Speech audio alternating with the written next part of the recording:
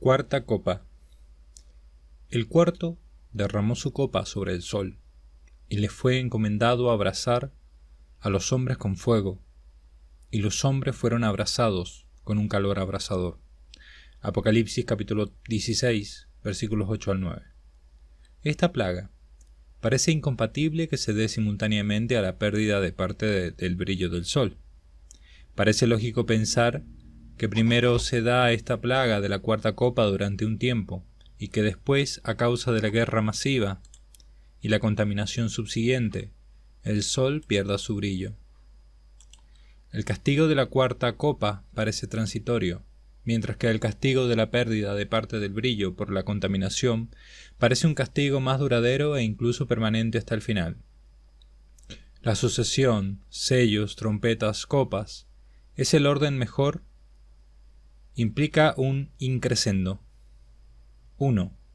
Sello, descubrimiento del designio. 2. Trompeta, anuncio del castigo. 3. Copa, derramamiento de la ira. Pero que los septenarios no se pueden entender como tres partes sucesivas que forman una unidad lineal. Ello se ve, por ejemplo, en esta cuarta copa.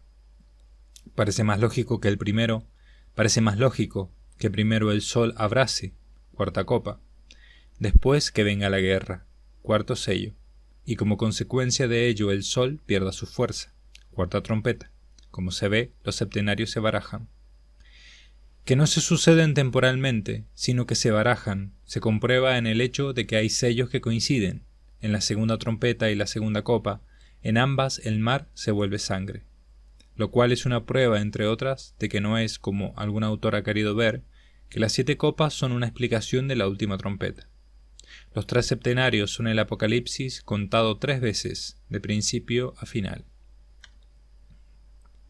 Quinta copa. El quinto derramó su copa sobre el trono de la bestia, y quedó su reino en tinieblas, y los hombres se mordían la lengua de dolor. Apocalipsis capítulo 16, versículo 10. En principio, el trono de la bestia es la capital de ese estado que lleva la guerra a todo el mundo. Es razonable pensar que esta plaga no es natural, puesto que solo queda en las tinieblas un lugar concreto del mundo, un reino. Esto concuerda con la 9ª plaga bíblica de Egipto en tiempos de Moisés, que también fue la oscuridad, Éxodo capítulo 10, versículos 21 al 22. Pero en esa plaga bíblica egipcia los israelitas sí que tenían luz, mientras que los egipcios no. Luego, si la plaga egipcia no fue una plaga natural, la apocalíptica es lógico pensar que tampoco, pues las plagas de Egipto constituyeron un apocalipsis limitado en el espacio, y por tanto esas plagas bíblicas mosaicas constituyen un criterio interpretativo para las del futuro. Por supuesto que los racionalistas no creen ni las del pasado, por más que estén visualmente perfectamente descritas, ni las del futuro. ¿Por qué se dice que los hombres se mordían sus lenguas de dolor? Sin luz, sin nada de luz durante días, se puede esperar que haya asaltos en las tiendas y supermercados, y que las fuerzas del orden se vean incapaces de contener una serie de robos generalizados. Al ver que las fuerzas del orden están desbordadas, los robos pueden llevar a las violaciones, a los ajustes de cuentas. Deben ser muy duras las consecuencias de esta oscuridad, para que de forma expresa se haga notar que provocarán tanto sufrimiento con la imagen de las lenguas. En el Apocalipsis no se dice cuánto durarán estas tinieblas, pero las tinieblas de Egipto duraron 3 días. Éxodo capítulo 10, versículo 23. ¿Habrá luz eléctrica o la oscuridad será total? Ese detalle no se determina. Pero si hubiera luz eléctrica, difícilmente se producirían esos desmanes callejeros. Al describir esta plaga se habla del sufrimiento que produce, algo relevante, porque no ocurre al hablar de otras plagas. En otros momentos del libro se describe la plaga, pero no se hace referencia al dolor causado por esa plaga. Sexta copa. El sexto derramó su copa sobre el gran río Éufrates, y sus aguas se secaron, para preparar el camino a los reyes del oriente. Apocalipsis capítulo 16, versículo 12. El sexto mal, tanto la trompeta como la copa, consiste en que cae sobre la tierra una batalla final como nunca se vio. y la referencia geográfica deja claro que se trata de un conflicto entre Oriente y Occidente, sin especificar qué países en concreto del este participarán en esta guerra. El que se sequen las aguas se puede entender como símbolo de que se elimina el obstáculo que impedía que ambas potencias mundiales chocasen.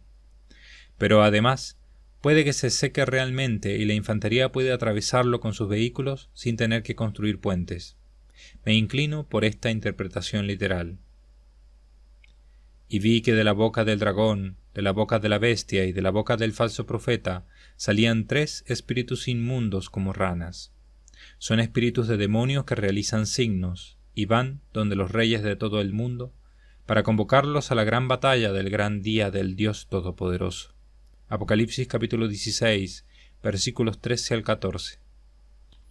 Aquí hay una interpolación breve en la descripción de la plaga de la batalla final. Observamos que hay un falso profeta. Una vez más, vemos que este régimen no basta meramente su poder en la política, sino que en su caso el poder está mezclado con la religión. Muchas indicaciones muestran que este régimen es de naturaleza religiosa. Pues junto al rey, una de las cabezas, aparece ahora este falso profeta que va de un país a otro, convenciendo a sus presidentes de distintas naciones del poder misterioso con el que cuenta su estado. Para ello realiza actos aparentemente milagrosos. El falso profeta no puede ser un rey de los que gobiernan la bestia, porque el texto induciría a error. El texto parece distinguir entre los 10 reyes y este personaje, que además va viajando en este momento. Este personaje, este Rasputín, no hace milagros, sino actos extraordinarios. Solo Dios puede ir más allá de las leyes de la naturaleza. El demonio solo puede realizar portentos, como los magos del faraón, pero siempre según las leyes de la naturaleza. Los magos pudieron convertir agua en sangre, por ejemplo, pero no hubieran podido devolver la vista a un ciego de nacimiento. Observamos que en el lado del mal hay 3 personajes: el dragón, la bestia y el falso profeta. El dragón es el diablo. Véase, por ejemplo, el capítulo 12 del Apocalipsis sobre la mujer y el dragón. Además, el dragón no es un animal de este mundo. La bestia es un poder político, un régimen, un estado o varios unidos. Los reinos sí que son poderes de este mundo, y por eso están descritos por animales de este mundo. Porque es de este mundo, tiene 10 reyes sobre ella, por eso lleva la guerra al mundo. El falso profeta es un hombre.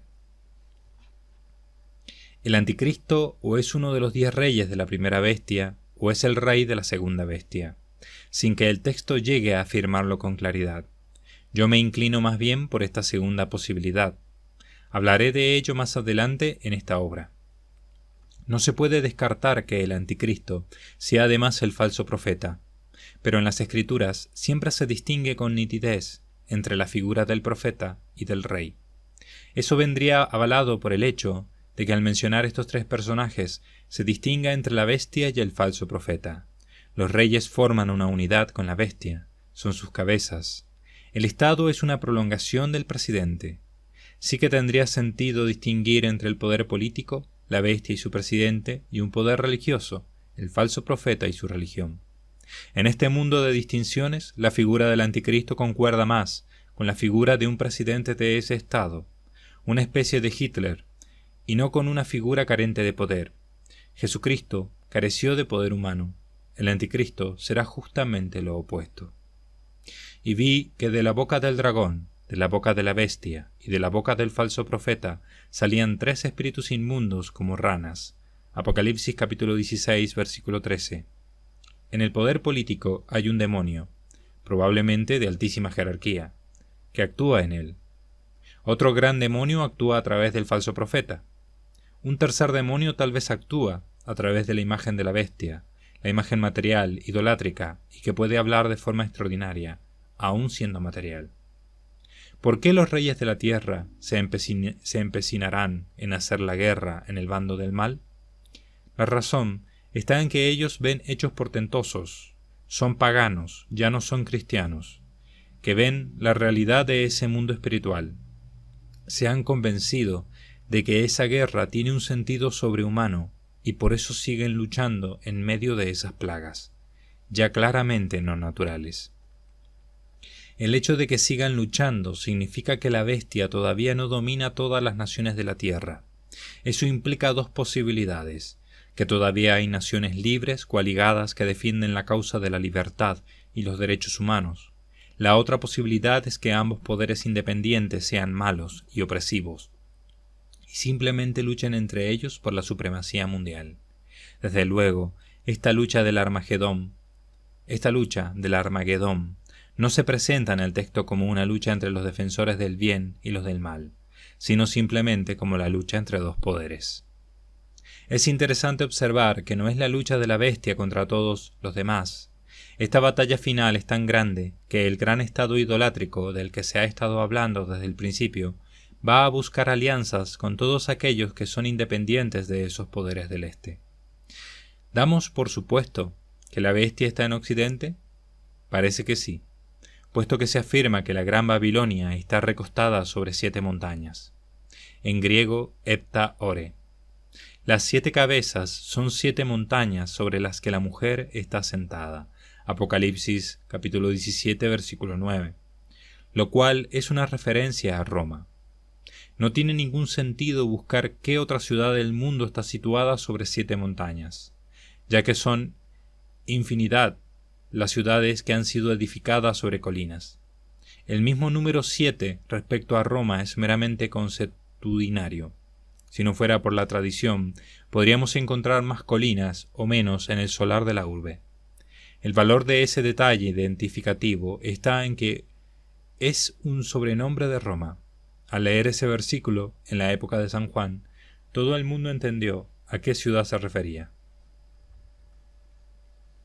Y esta es la única indicación geográfica en todo el libro que permite pensar que la bestia parece estar radicada en Occidente. Reconozco que basar la interpretación solo en ese versículo es un poco peligroso, pero ciertamente la ciudad de las 7 colinas siempre ha sido y sigue siendo Roma, y no se ve qué otra interpretación alternativa se podría dar a un sobrenombre tan claro. La gran ciudad aparece sentada sobre el poder político de la bestia, y vi a una mujer sentada sobre una bestia púrpura, llena de nombres blasfemos, y que tenía 7 cabezas y 7 cuernos. Apocalipsis capítulo 17, versículo 3. Luego, si esa gran ciudad está en Roma, la bestia es un poder occidental.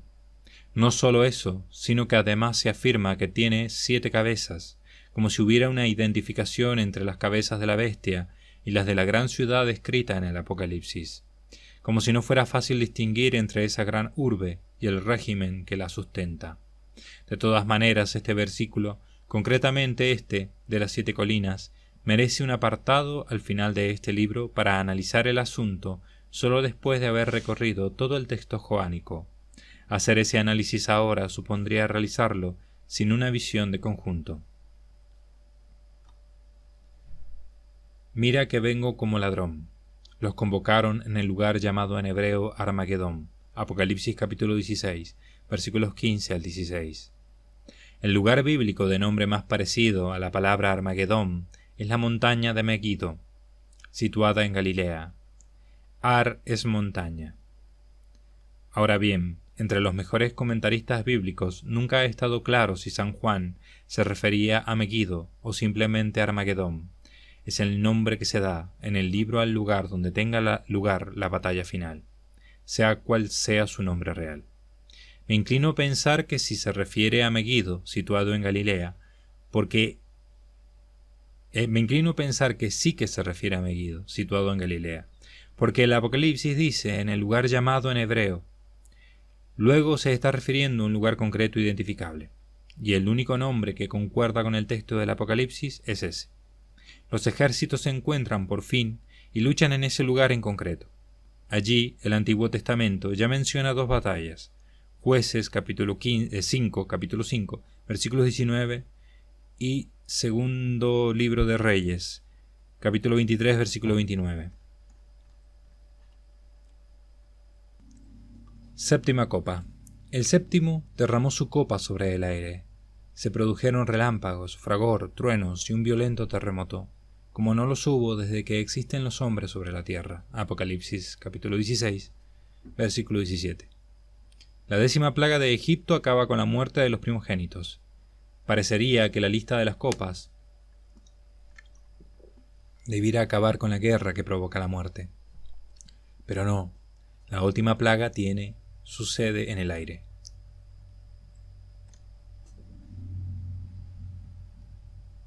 Mi interpretación es que la guerra desatada, ya a gran escala, provoca grandes nubes, bien sea por el invierno nuclear, a causa del polvo que alcanza la estratosfera y no desciende, bien sea por los productos químicos lanzados al aire, por la explosión de cantidades ingentes de explosivos. En este segundo caso, la capa química que no deja pasar el sol tal vez sea la causa de esos relámpagos y truenos. En todas las épocas ha habido truenos y relámpagos. Luego, estos son de una magnitud como nunca se han visto sobre la Tierra. Algo ocurre en la atmósfera de tal trascendencia para que ésta sea la 7ª plaga final, y no la guerra. El terremoto también puede estar provocado por la detonación de ingente número de bombas que desestabilicen el equilibrio de las placas tectónicas, allí donde este equilibrio es precario. La gran ciudad se abrió en 3 partes, y las ciudades de las naciones se desplomaron. Apocalipsis capítulo 16, versículo 17. Se ratifica el hecho de que por todas partes del mundo caen los edificios a causa de los terremotos. Resulta risible cuando algunas personas ven en tal o cual terremoto un rasgo inequívoco de que estamos al borde del fin del mundo. Cuando estos lleguen, ciudades en todo el mundo se derrumbarán. Entonces todas las islas huyeron y las montañas desaparecieron. Apocalipsis capítulo 16, versículo 20. Cuando Jesús dijo que los terremotos eran signos del fin del mundo, resulta evidente que para que estos sean un rasgo inequívoco de haber llegado a esta etapa de la historia, deben ser terremotos sustancialmente más numerosos y terribles que todo lo conocido hasta ahora. Aquí, en este versículo, se ve de qué estaba hablando Jesús al hablar de terremotos. Islas enteras se hunden, montañas enteras también. Y un gran pedrisco, con piedras de casi un talento de peso, cayó del cielo sobre los hombres. Apocalipsis capítulo 16, versículo 21. Este hecho es una consecuencia de la alteración de la atmósfera antes descrita. Queda claro que la 7ª copa tiene que ver con la guerra y la explosión masiva de bombas. Este pedrisco no tiene por qué ser algo milagroso. Inmensas cantidades de aire caliente, a causa de millares de explosiones atómicas, subirán a gran velocidad a altas capas de la atmósfera. La condensación que producirá será impresionante, y el resultado será este pedrisco. Tanto el terremoto como este pedrisco o los rayos no los enviará Dios, sino que serán consecuencia de los hombres, de las decisiones de nuestros caminos descarriados.